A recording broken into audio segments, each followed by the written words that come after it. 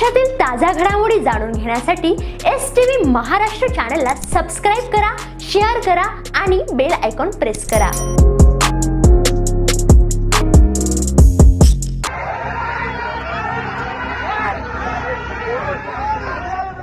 अरे नहीं मारना।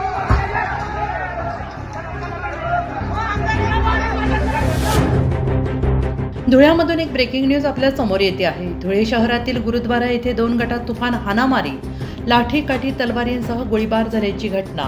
बाबा धीरज सिंग यांच्या मृत्यूनंतर गादीवरून निर्माण झाला वाद।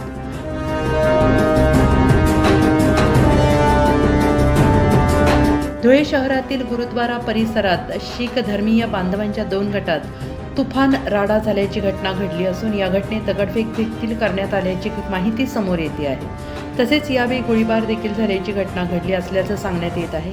या घटनेची माहिती मिळताच पोलीस प्रशासन तात्काळ घटनास्थळी दाखल झाले असून या ठिकाणी सध्या तणावपूर्ण शांतता पसरलेली आहे।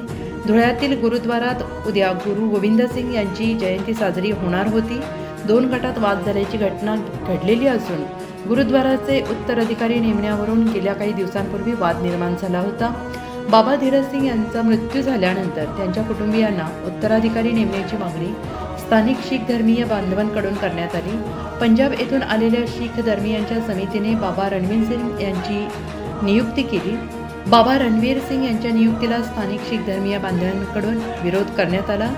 या वादातूनच ही घटना घडल्याची सांगण्यात येत असून या ठिकाणी पोलीस प्रशासन घटनास्थळी दाखल झाले आहे।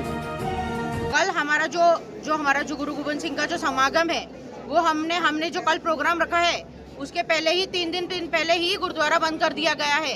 आज से 50-60 साल हो गए, अभी तक कभी गुरुद्वारा बंद नहीं हुआ। जब हमारे बाबा धीरज सिंह जी थे, जब से हमारे बाबा धीरज सिंह जी गए, हम जितने पंजाबी हैं, सारे सिख कम्युनिटी के आदमी लोग तब से गुजारिश कर रहे हैं कि हमको बाबा जी के लिए जस्टिस चाहिए, लेकिन हमको अभी तक कोई जस्टिस नहीं मिला है।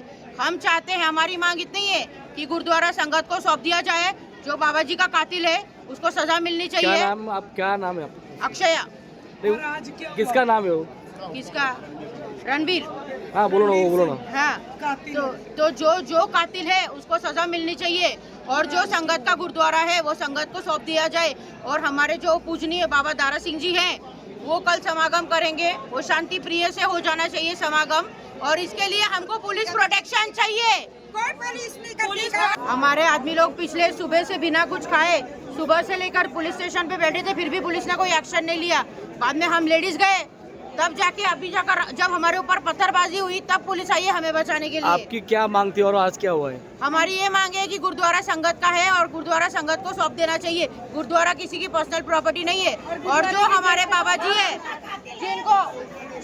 जिनको हमने दस्तारबंदी करी है, जो हमारे बाबा दारा सिंह जी है, उनको हम पद देंगे। और वो हमारा जो कल समागम है वो हमें यही हमारे गुरुद्वारे में चाहिए।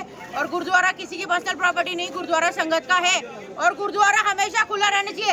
आज से 50 साल तक कभी गुरुद्वारा बंद नहीं हुआ। ये पहली बार है इतिहास में जब गुरुद्वारा बंद हुआ। गुरु का घर किसी के लिए बंद नहीं होता, और चाहे सिख हो, मुस्लिम हो, इसी हो, गुरुद्वारा सबके लिए खुला है। आज हमारी FIR नहीं ले रही थी। पुढे नेमका यातला मुख्य म्हणून कोण राहणार याच्यावरून शीख समुदायातील 2 गटांमध्ये वाद होते। त्या अनुषंगाने आज या ठिकाणी त्यांच्यामध्ये थोडी वादावादी आणि हातापायीची झालेली दिसते। त्या माहिती मिळताच तात्काळ पोलीस या ठिकाणी आलेले आहेत आणि पूर्ण परिस्थिती नियंत्रणामध्ये सध्या आहे। ज्या आत्ताची घटना झाली आहे त्याप्रमाणे जी फिर्याद दाखल करण्यासाठी तक्रार पोलीस स्टेशनला येत आहेत त्याप्रमाणे तक्रार दाखल केली जाईल आणि संबंधितांवर योग्य ती कारवाई केली जाईल। त्याचबरोबर असंही निदर्शनास आलेलं आहे की या घटनेच्या अनुषंगाने काही लोक चुकीचे व्हिडिओ बनवून त्याच्यामध्ये अफवा पसरवण्याचं काम केलं जात आहे। तर माझी सगळ्यांना विनंती आहे, कोणत्याही पद्धतीच्या अफवा पसरू नये, अफवांवर विश्वास ठेवू नये। जे पण लोक विनाकारण अशा पद्धतीच्या अफवा पसरवतील त्यांच्यावर कडक कायदेशीर कारवाई धुळे पोलीस स्टेशनतर्फे केली जाईल। STV Maharashtra news Dhule.